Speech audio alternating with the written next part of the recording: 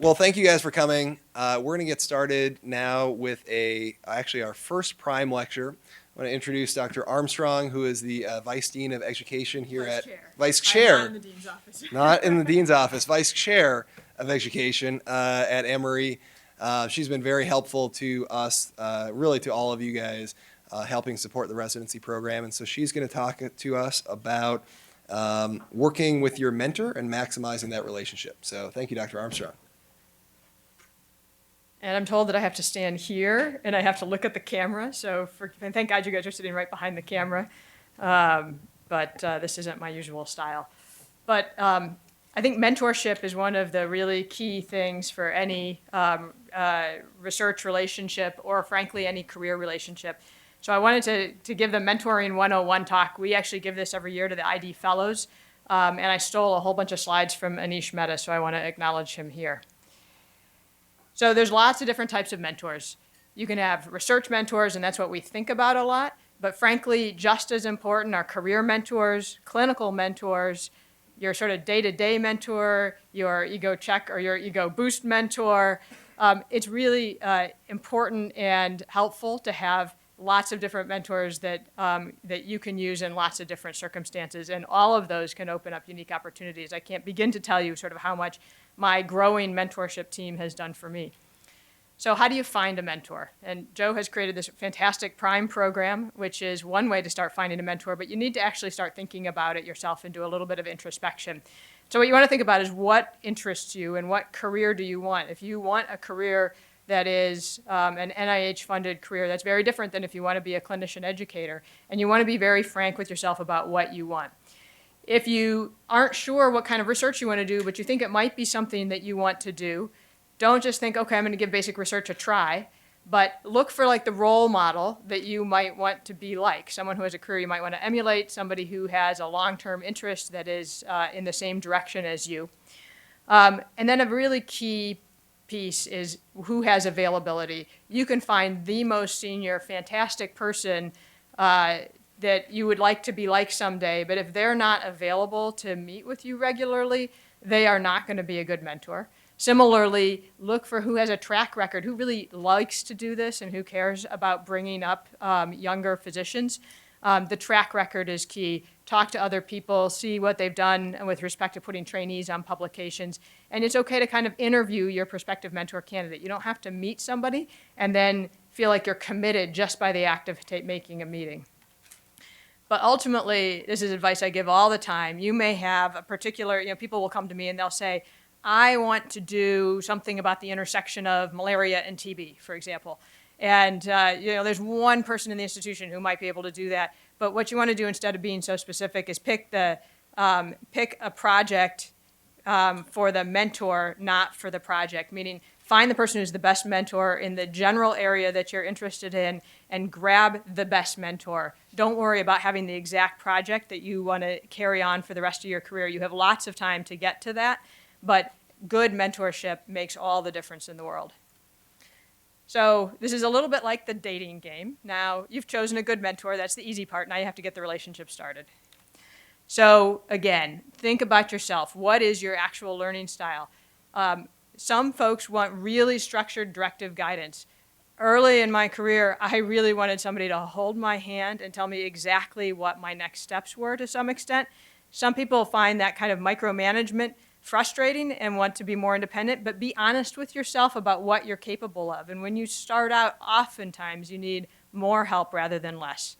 Think about what you're bringing to the table. This isn't totally a one-way deal. You may have computer experience that your mentor doesn't have. You may have the clinical experience that your mentor may or may not have. You are often bringing something unique, and bring that to the table. Have some goals. Don't go in as a total blank slate. Think about what your career goals are, what your research goals might be. You don't have to be committed to those for the rest of your life, but if you have some that you can articulate both in the short term and the long term, that's going to help your mentor, your prospective mentor or your mentor think about the best ways to help you, and think about what you want to get out of the experience. So the first meeting, setting the tone, AKA the blind date. First off, know a lot about your mentor. PubMed them, know what they've done, read some of their papers so that you can refer to them. Yes, ego stroking other people goes a long way. But it also, you know a little bit about what they're doing, and when they start to say, oh, maybe you could do this project, if you have some background, you're not sitting there completely lost about what they might be suggesting you do. This is maybe the most important thing. If you take home one thing anytime you meet with somebody important, I learned this from one of my peers, and this nobody told me until actually I came to Emory, so I was not even a young faculty member anymore, and I do this every time I have an important meeting, and that is set an agenda. Scratch it out to yourself, write it out, even better, put it in an email and send it to somebody, or print it out and bring it to the meeting. But if you think through what you want to do in that meeting, it makes all the difference for what you get done. You're organized in your thought process, and you figure out how you're trying to sell or accomplish what you want to accomplish. So every time I meet with Dr. Stevens, I have set an agenda in advance, for example. Explain your goals, discuss some questions that you've thought about. Now, realistically, I'm going now and I'm meeting with this person who's been working in this field for 20 years. What research question am I going to come up with that is going to be relevant? But having shown that you kind of thought about this, and even if it's fairly vague, that is a huge step in the right direction. And they may say, wow, that's kind of an interesting thought. It's totally not practical, but that's okay. You've shown that you've invested yourself a little bit and put some thought into it. And sometimes you hit on something really good. Particularly for you guys as residents, be really honest about your time. People, the faculty often think that if you're not in the lab or you're not, in front of the computer doing analysis 24/7 or at least, several hours a day, every day of the week, you're not committed. When in actuality, you may be post-call, you have clinic that day and everything else. Be really honest and say, this is the time that I can commit. I'm really interested, but this is the time that I can commit. And knowing that up front sets you up to not fail or to not be judged for something that's not your fault. And then keep your mentor engaged. Continue the dialogue so that they don't just kind of get bored of you. So now you want to make the relationship work, understand expectations, and cultivate it. And so what are the expectations of the mentee? What are the expectations of the mentor? Mentees, you're responsible for your own development. It's not like you meet with somebody and now they should take over and develop you. You have to own that responsibility. Schedule the meetings, be punctual, respect your mentor's time, have that agenda in advance so that meeting runs smoothly. Think about your questions. Don't ask, how do I do this, in a passive way, but sort of ask the questions in an active way.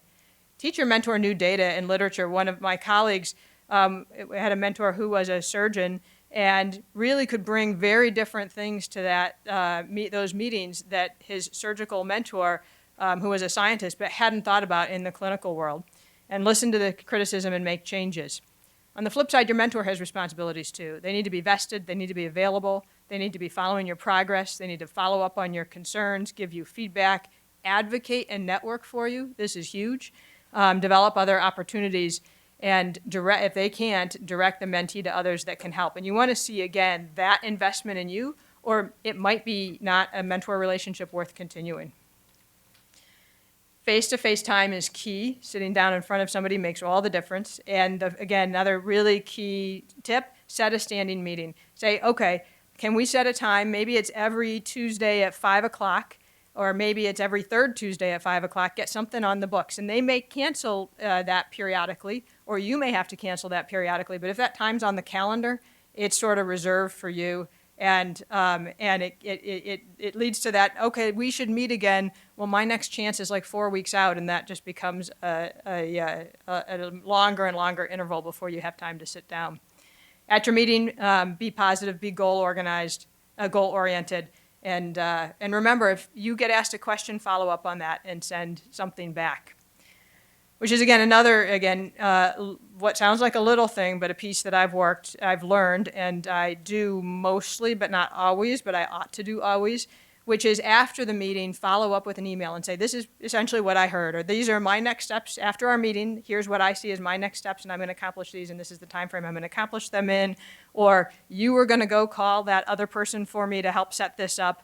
Send the summary email with sort of the action items for each of you, and say, here's what we talked about. And that's, again, a really wonderful way to kind of re-trigger memories and make sure that tasks get done. Find the best way to communicate between meetings, otherwise known as stalking your mentor. If your mentor is in the cath lab on every Wednesday, you know they're going to walk out of the cath lab, and you kind of can guess what time that might be. And so be there and be ready with like the paper you need to have signed in your pocket. for example. Or if you know that they always come in at 7 and get coffee and their meetings start at 7:30, be there, and that can actually make a difference. Be seen. And then lastly, again, building a mentoring team. And you should start in your career, no matter what career you envision for yourself.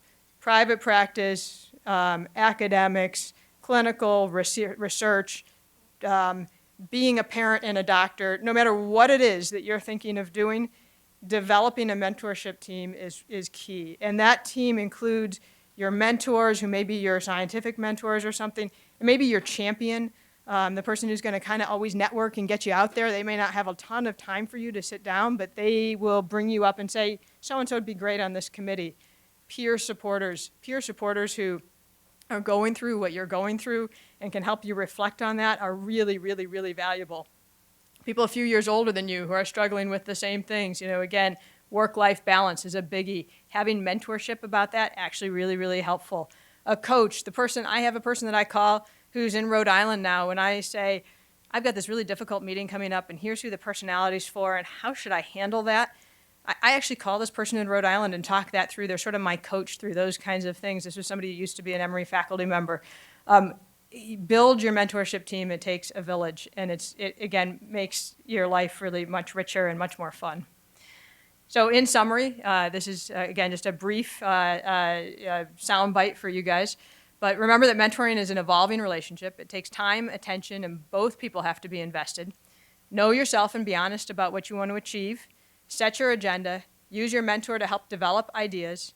Push your mentor to help you develop your career. And remember that a good relationship can last absolutely a lifetime. It can change your career. It can give you tons of satisfaction. And it gives your mentor tons of satisfaction. I mean, in 20 years, they see that you've become successful in whatever career that you guys decide you wanted to do. Your mentor, you're like, man, that is just wonderful. And to hear from that person 20 years later, to say you made a difference for me, that's fantastic. So with those, I hope that gives you a few tips. These are, in many ways, things that seem very obvious, but there's a few very concrete things that can make a big difference. So thanks.